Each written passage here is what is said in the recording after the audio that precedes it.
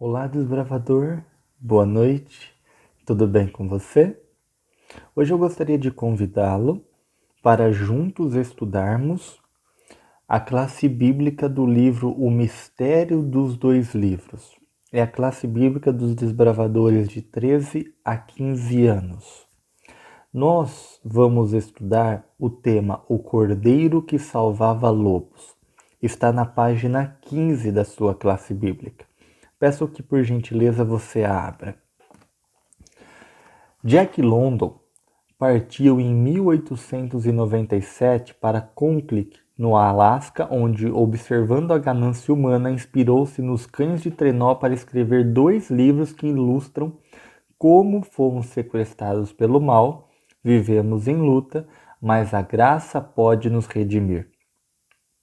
No primeiro livro, London conta a história da perspectiva de um cão da Califórnia que é roubado por um viciado em jogos, que o vende para pagar suas dívidas e acaba por ser contrabandeado para Conclic, no Alasca, onde é treinado como cão de trenó e passa a ter uma vida dura e cruel em meio ao frio, pouca comida e rivalidade com os outros cães. Bucky, o cão e os demais são tratados com crueldade até que um homem chamado John Thornton cuida dele e recupera sua saúde. A morte de Thornton leva Bucky a conhecer os lobos e se tornar selvagem. Página 16. O Cordeiro que Salvava Lobos. O segundo livro conta a história de um filhote descendente do cão Bucky que se tornou selvagem. Caninos Brancos, um filhote mestiço de cão e lobo, é encontrado por índios e treinado para o trabalho, mas sua natureza selvagem o faz agressivo e ele não é bem aceito pelos cães domésticos. Caninos Brancos acaba como cão de luto depois de matar muitos cães e é mortalmente ferido. Wendell Scott, um rapaz da Califórnia, cura e trata Caninos Brancos e depois de longo tempo conquista a amizade do cão lobo.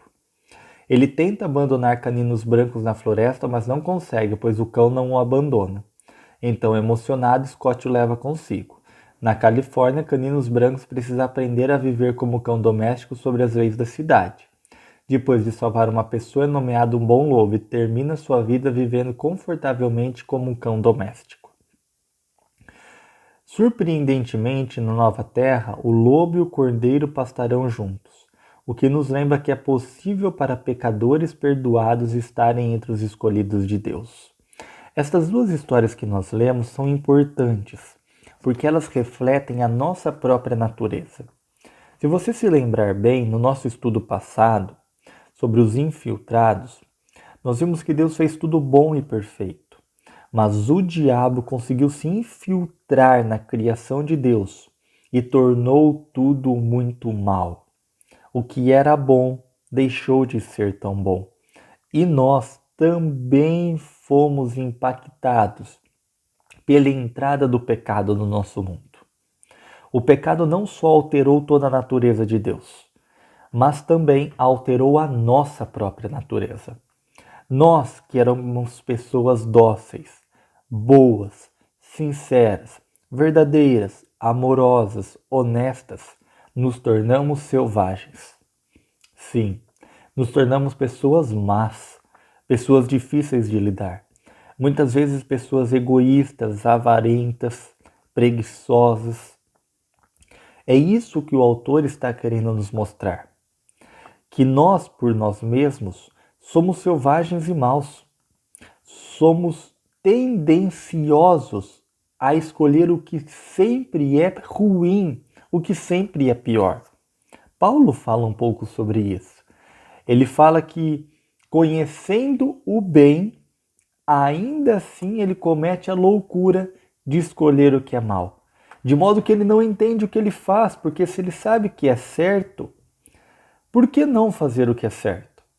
Mas a sua natureza, devido ao pecado, o leva, busca o levar sempre a fazer o que é ruim. Querido desbravador, entenda uma coisa. Se não for por Cristo Jesus na nossa vida, na sua vida, nós jamais poderemos melhorar neste mundo. Não importa o quão fortes sejamos, não importa o quão inteligentes sejamos, não importa o quão ricos sejamos, não importa quantos amigos tenhamos, nem quem são eles, não importa quem são nossos pais nesta terra, nós não conseguimos vencer a nossa natureza por nós mesmos. O pior inimigo de um cristão é o seu próprio eu. É controlar a própria vontade. É conseguir transformar esta natureza selvagem o máximo possível em uma natureza dócil e boa. Isso somente é possível pelo poder de Deus, pela graça de Cristo Jesus na nossa vida. Compreendendo a salvação e o resgate. De certa forma, os livros de London nos lembram como Deus nos achou selvagens, abatidos e quase mortos, mas nos resgatou, nos sarou e nos levará de volta para casa.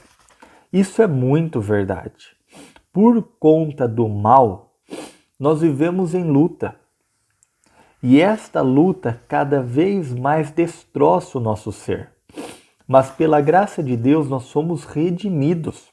Nós fomos encontrados feridos, abatidos, sem nenhuma esperança por Deus. E ao invés de sermos abandonados por Deus, pelo contrário, Ele nos abrigou. Ele curou das nossas feridas. E Ele nos deu uma nova vida, assim como o canino branco teve uma nova vida na Califórnia. Se tornou um lobo bom, porque ele se submeteu ao seu dono, porque ele aceitou as leis do seu dono. Do mesmo modo, se nos submetermos a Deus, porque Ele é o nosso Criador e o nosso Redentor, porque Ele é Deus, e nos submetermos às suas leis, nós seremos muito mais felizes como o Caninos Brancos foi. Sem o seu dono, ele era um cão que frequentemente se machucava. Era um cão que quase morreu. Ele era um cão que foi jogado na sarjeta, ferido sem ter ninguém. Do mesmo modo, sem Deus, o nosso destino será cruel. Mas ao lado de Deus, nós podemos ter esperança. Não importa quem você foi, não importa quem você é, importa quem você será pela graça de Cristo Jesus. Faça o teste. Eu sou uma prova viva de que dá certo. Eu era totalmente selvagem, desbravador. Eu era uma pessoa que escolhia as piores coisas para minha própria vida. Sofri e ainda sofro por causa destas escolhas. Mas a partir do momento que entreguei a minha vida para Deus, a partir do momento que me arrependi e que fui batizado, como nós veremos logo a seguir, tudo mudou para melhor. Hoje eu sou muito mais feliz do que quando eu vivia tendo a liberdade que o mundo tanto fala. Hoje eu sou muito mais feliz do que quando eu bebia, do que quando eu andava com amizades duvidosas e ruins, do que quando eu fazia tantas e tantas outras coisas erradas. Cristo me deu um novo propósito e eu sou imensamente grato a Ele por isso. Vamos lá. O personagem Scott é como um cordeiro que salvava um lobo. Lobo que somos, precisamos reaprender a viver com as ovelhas de Deus. Pergunta número 1. Como Deus planejou salvar o pecador? João capítulo 3, versículo 16. Evangelho de João, capítulo 3, versículo 16. Este é um dos capítulos mais conhecidos da Bíblia. Diz assim: porque Deus amou o mundo de tal maneira que deu seu Filho unigênito, para que todo aquele que nele crer não pereça, mas tenha vida eterna. Querido desbravador, a maneira pela qual Deus planejou salvar o pecador foi entregando a si mesmo. A maneira pela qual Deus planejou salvar você foi derramando o seu próprio sangue, o sangue de Deus. o sangue do seu Filho, Jesus Cristo, que é Deus. A primeira alternativa diz: Deus deu seu Filho para pagar o preço da lei e do pecado.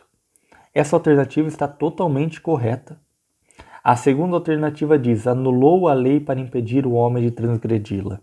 Esta alternativa está totalmente errada. É a primeira alternativa. Mas por que Deus pagou o preço da lei? A lei de Deus exige que quando o pecador cometesse o pecado, ele fosse morto. Porque o salário do pecado é a morte. Então eu e você, por sermos pecadores, por muitas vezes pecarmos, mereceríamos morrer. Seria muito mais fácil se Deus tivesse revogado a sua lei. Jesus não precisaria ter sofrido, Jesus não precisaria ter morrido. Porém, como a lei de Deus ela é eterna, Deus precisou pagar o preço máximo, absoluto. Deus deu tudo de si, não poupou nada, para que pudesse salvar todos quanto desejassem a salvação. Deus pagou a exigência da lei. Alguém deveria morrer. Não poderia ser um anjo. Não poderia ser qualquer outra criatura. A não ser o próprio Deus, que é o doador da vida, conseguiria pagar a exigência do pecado. Deus abandonou tudo para não abandonar você. Deus preferiu morrer do que viver uma vida eterna sem você. Você é muito especial para Deus, querido desbravador. Deus te ama de uma maneira que ninguém consegue entender. E se fosse preciso, Ele morreria de novo apenas por você. Vamos continuar? Pergunta número 2. O que precisamos fazer para sermos perdoados? Conecte a resposta certa. A letra A, arrepender. Salmo 51, versículo 13 e versículo 4 fala sobre arrependimento. Então, a partir do momento que eu quero ser salvo por Cristo Jesus e eu aceito a sua graça, a primeira coisa que eu tenho que fazer, segundo o salmista Davi, que é o autor do Salmo 51, eu devo me arrepender. O que é o arrependimento?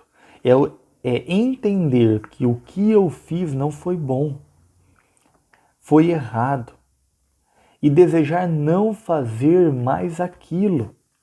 Sentir a dor do arrependimento e resolver abandonar de vez aquele ato. Então, a partir do momento que eu quero ter uma nova vida com Jesus, eu preciso me arrepender. Eu preciso ver tudo aquilo pela qual eu já errei e escolher, decidir, não fazer mais. Se você tem dificuldades em se arrepender, peça ajuda a Deus, que Ele com certeza vai te ajudar. A B, confessar a Deus. Provérbios capítulo 28, versículo 13, nos diz que aquele que confessa os seus pecados prospera diante de Deus. Aquele, porém, que não confessa os seus pecados não prosperará. Desbravador, eu me arrependi dos meus pecados. Qual é o próximo passo? Segundo Salomão, confessá-los a Deus. Mas Deus já não sabe? Claro que Deus sabe. Ele é onipresente, onipotente, onisciente. E pela sua onisciência, Deus sabe de todas as coisas. Então por que eu tenho que confessar? Porque isso demonstra a minha submissão a Ele. Isso demonstra a minha confiança a Ele. Confiança de que Ele é o único que pode me salvar e resolver o problema do pecado na minha vida. Quando eu confesso a Ele, eu estou demonstrando que a minha vida pertence a Ele. Então eu me arrependo dos meus pecados e confesso os meus pecados para Deus. C. Crer que fomos justificados. Romanos capítulo 4, versículo 5 ao versículo 8. Diz que, além do arrependimento, além da confissão, é preciso acreditar que Deus foi plenamente capaz de me perdoar. Não adianta me arrepender, pedir perdão para Deus e no final acreditar que Deus não me perdoou. Certa vez, um missionário ele foi visitar um grande e famoso hospício. E enquanto andava por aquele longo corredor, ele, juntamente com o diretor daquele hospício, observou o deplorável estado que os doentes se encontravam lá. E esse missionário ouviu do próprio diretor da instituição que se metade daqueles loucos acreditassem que fossem perdoados, eles poderiam sair do hospício curados. Exatamente. Crer no perdão é extremamente importante. Deus verdadeiramente nos perdoa quando nós verdadeiramente nos arrependemos. Mas o meu pecado é terrível. Não existe pecado que seja tão grande quanto a condição de Deus perdoar. A Bíblia diz, onde abundou o pecado, superabundou a graça de Deus. Ou seja, a graça de Deus sempre vai superar o pecado. Deus está muito mais disposto a te perdoar do que você está disposto a pecar. E olha que nós somos pecadores. A nossa natureza, por causa do pecado, é fazer o que é mal. A natureza de Deus, porque Ele é perfeito em tudo, é fazer o que é bom, perdoar. Romanos diz que nós devemos parar de trabalhar. Nossa, Willi, isso era tudo que eu queria ouvir. Não é esse tipo de trabalho. Por favor. Parar de trabalhar significa buscar a salvação pela minha própria obra. Desbravador, eu posso doar todo o meu dinheiro aos pobres. Não é muita coisa, mas já vai ajudar um pouco. Isso não é nada diante de Deus. Eu posso dedicar a minha vida toda a cuidar dos órfãos. Isso não é nada diante de Deus, no sentido de merecimento de salvação. Independente do que eu faço, eu não posso me salvar pelas minhas obras, porque as minhas obras são como trapos de imundície diante de Deus. Ninguém vai se salvar pelas obras. A obra do ser humano é como trapos de menstruação diante de Deus.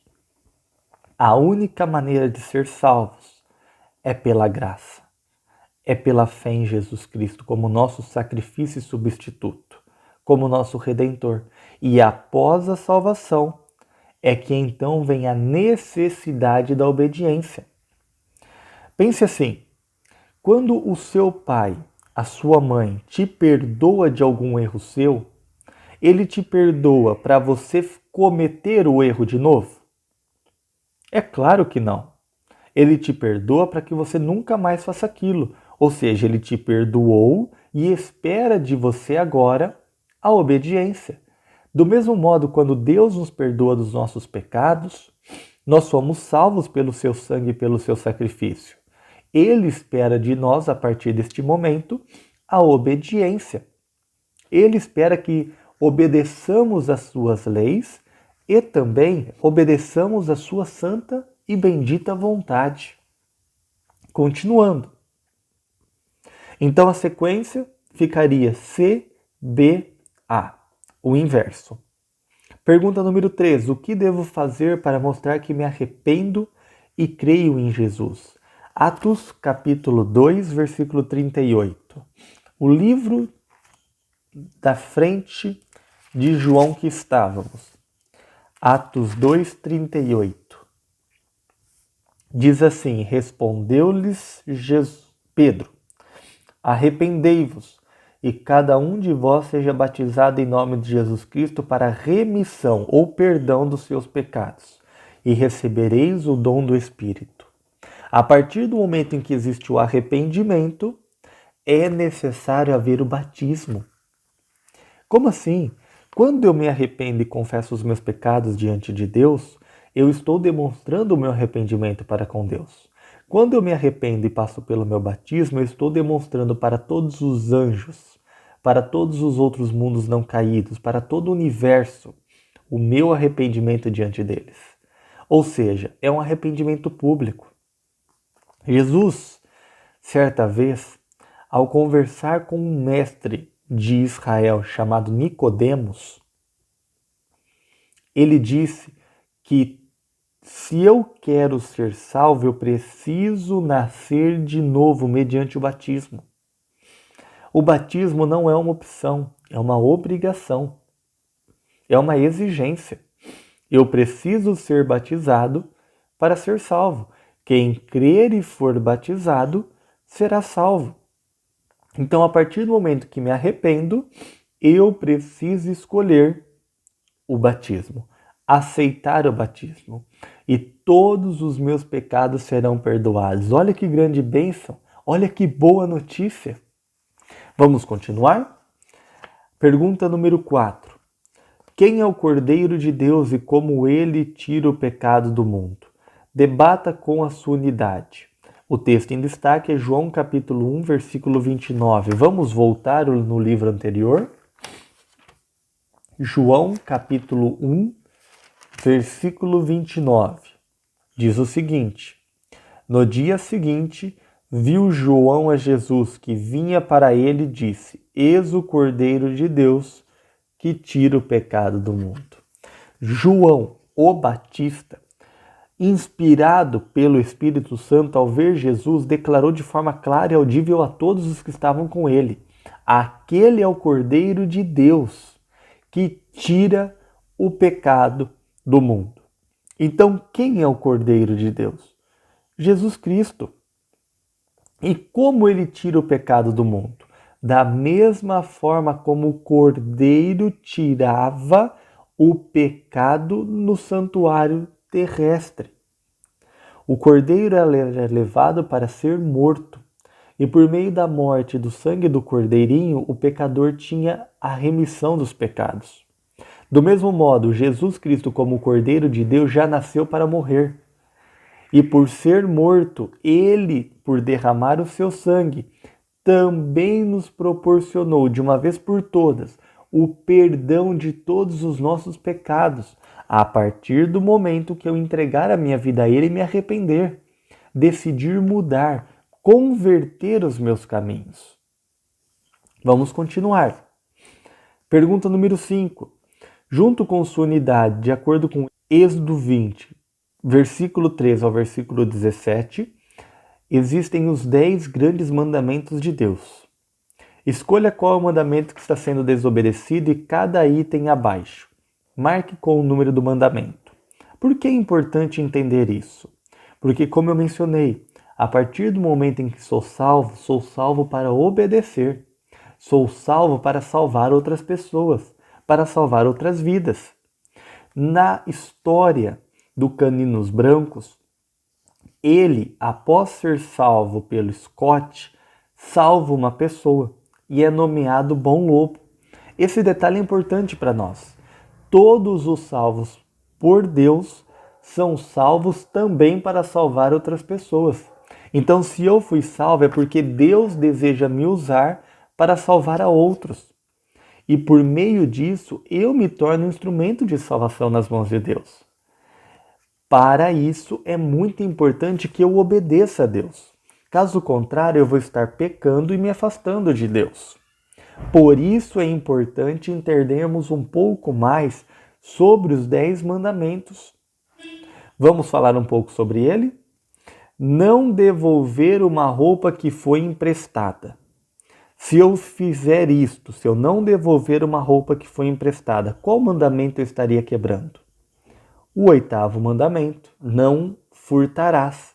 Eu estou roubando ao não devolver uma coisa que me emprestou, eu estou tomando para mim. Colar na prova. Colar na prova quebra o 9º mandamento, não dirás falsos testemunhos, não mentir. Não foi você quem fez aquela questão. Você colou de alguém que fez. Você está mentindo sobre aquilo. Você está se aproveitando daquilo para tirar vantagem. Isso é pecado. Xingar alguém usando o nome de Deus. Quebra o 3º mandamento. Não tomar o nome de Deus em vão. E eu também coloquei que quebra o 6º mandamento. O não matarás. Por quê? Porque se eu xingo alguém, não é movido por amor, provavelmente por ódio, indignação. Se eu odeio o meu irmão, eu estou quebrando o mandamento. Eu tenho que tomar cuidado com esse tipo de sentimento.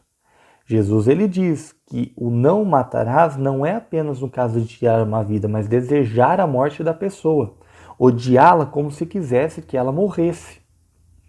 Por isso eu abri mais este caminho.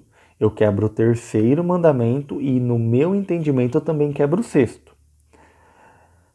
Considerar um jogador de futebol mais importante que tudo na vida. Não precisa ser apenas um jogador de futebol. Pode ser também um cantor, um youtuber, qualquer outra coisa, qualquer outra pessoa ou objeto. Isso me faz quebrar o primeiro mandamento. Não terás outros deuses diante de mim. Tudo aquilo que nós colocamos na frente de Deus quebra o primeiro mandamento. Eu posso dizer comigo, tá, eu não adoro nenhuma outra coisa. Não existe nenhuma outra pessoa, nenhum outro objeto que toma o lugar de Deus. Só que eu escolho, ao invés de fazer o culto a Deus, assistir Netflix. Perceba que eu estou colocando outra coisa à frente de Deus e por mais que eu não reconheça, ainda assim estou quebrando o mandamento. Se não é mais importante que Deus, por que eu não estou colocando Deus em primeiro lugar?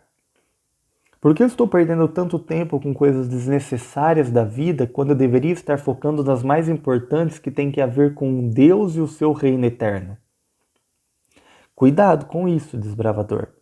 Muitos estão sendo hipócritas, dizendo que Deus existe, mas vivendo como se ele não existisse, porque colocam muitas outras coisas à frente de Deus. Vamos continuar? Desrespeitar o pai ou a mãe. Isso faz com que eu quebre o quinto mandamento. Honre o teu pai e tua mãe para que te prolongues os teus dias na terra. A partir do momento que eu desrespeito de toda e qualquer forma possível, eu estou pecando contra Deus. Eu estou quebrando o quinto mandamento. Ficar desejando a bicicleta nova do amigo. Não precisa ser apenas a bicicleta, tá bom?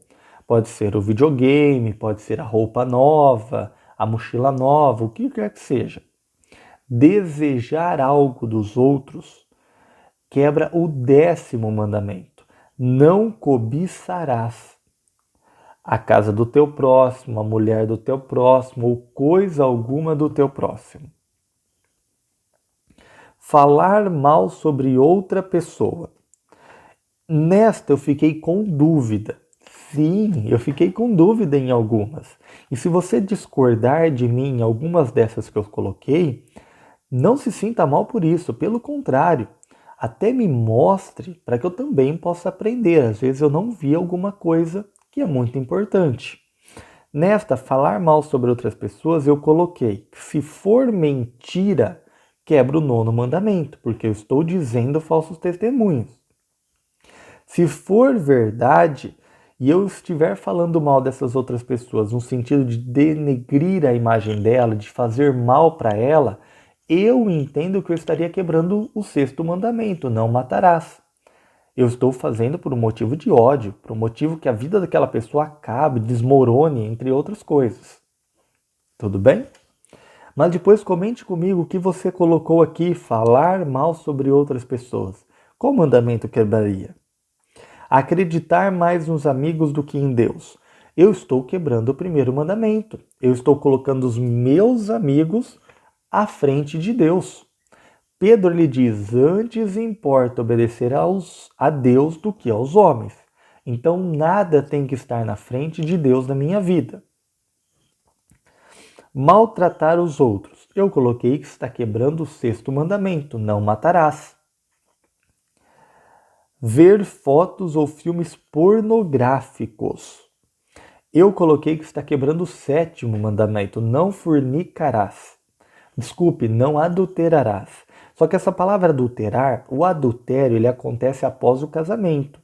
Antes do casamento não é adultério, porque a pessoa é solteira. É fornicação. Fornicação também é pecado. Então, o sétimo mandamento se enquadra.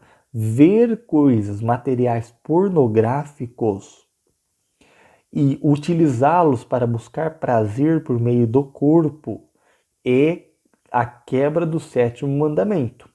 Cuidado com isso. Trabalhar no sábado. Eu estou quebrando o quarto mandamento. Lembra-te do dia de sábado para o santificar. Fazer bule com um gago. Queridos, eu não coloquei que o mandamento estaria quebrando. Eu acredito que eu estaria quebrando o sexto mandamento. Óbvio, existe um detalhe importante aqui. Quando eu quebro o mandamento, eu quebro todos os outros.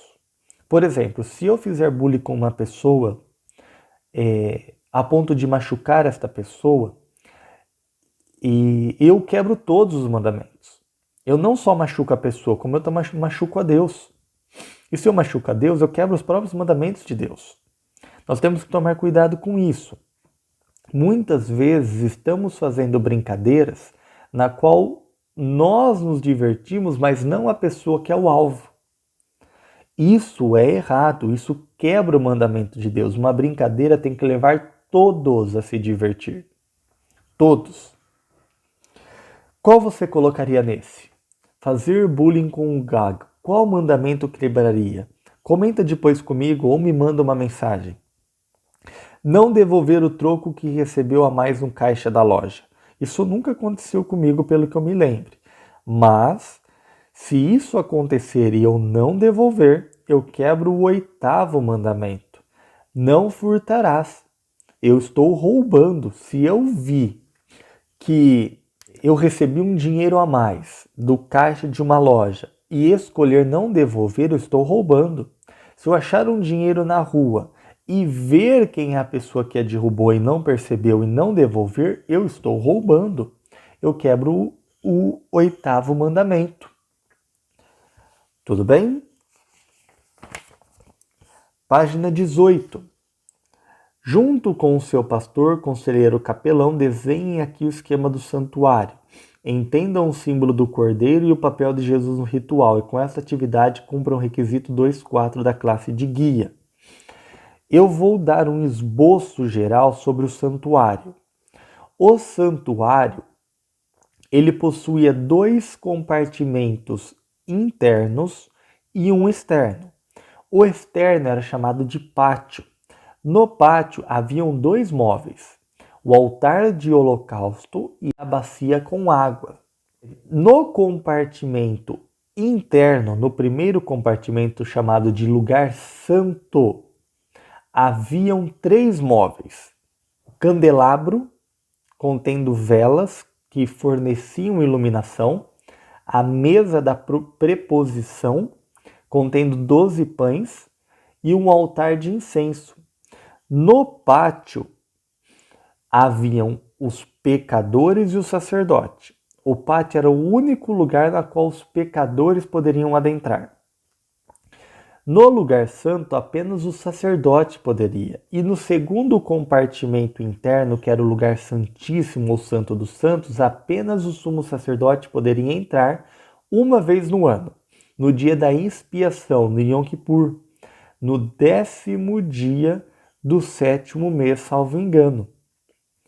E por quê? Porque neste compartimento ficava a Arca da Aliança, que era símbolo do próprio trono de Deus. Com isso em mente, você já conseguiria desenhar um esboço do santuário. Existem muitas imagens representativas na internet. Mas qual é o papel de Jesus no ritual? Tudo no santuário simbolizava Jesus, o Messias que viria. Tanto que muitos eruditos dizem que o santuário nada mais é do que o próprio Evangelho em símbolos, mostrando fases do ministério do Messias e o que o Messias viria fazer em nosso favor. Quando eu olho, por exemplo, para a pia com água que servia para a purificação do sacerdote, antes de entrar no lugar santo, o sacerdote tinha que lavar a mão e os pés para entrar limpo diante do Senhor. Ou seja, aquela pia com água simboliza Jesus, que é a água da viva, que me limpa e me purifica dos meus pecados. A única coisa capaz de fazer isso. Quando eu olho para o candelabro, eu também vejo Cristo, que é a luz do mundo, capaz de prover luz na mais densa treva e escuridão. E assim vai em todos os móveis.